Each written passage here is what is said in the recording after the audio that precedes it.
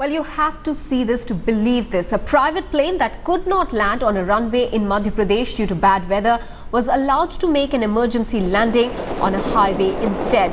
This incident comes from Betul, where this private plane carrying a local industrialist could not land on the runway. Instead, the pilot veered the plane towards this highway and made an emergency landing. As you can see, electric poles, houses and of course trucks stationed at the end of this road. It was a recipe for disaster, but luckily no untoward incident was reported.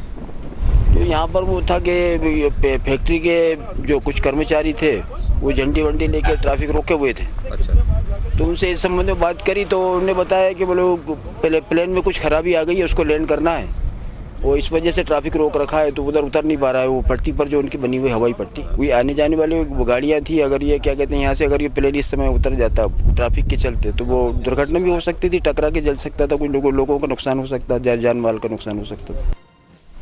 Padmaja Joshi is now joining us to help us understand what the implications of this sort of a dangerous call can actually mean. Padmaja, that was a very dangerous call that was taken by the pilot.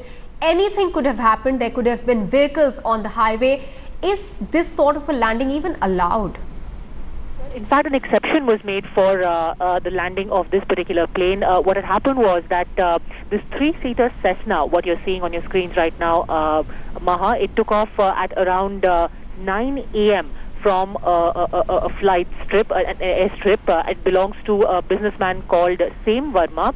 Now, what happened was that when they were trying to land this three-seater plane, at that time there was very high wind pressure, because of which the pilot then diverted this plane towards a four-lane on National Highway number 69. But what onlookers have spoken about is how close a call this was, Maha, because there were trucks. If you see the images also right now on your screen, the trucks are just meters away. The passers-by are just meters away from this plane.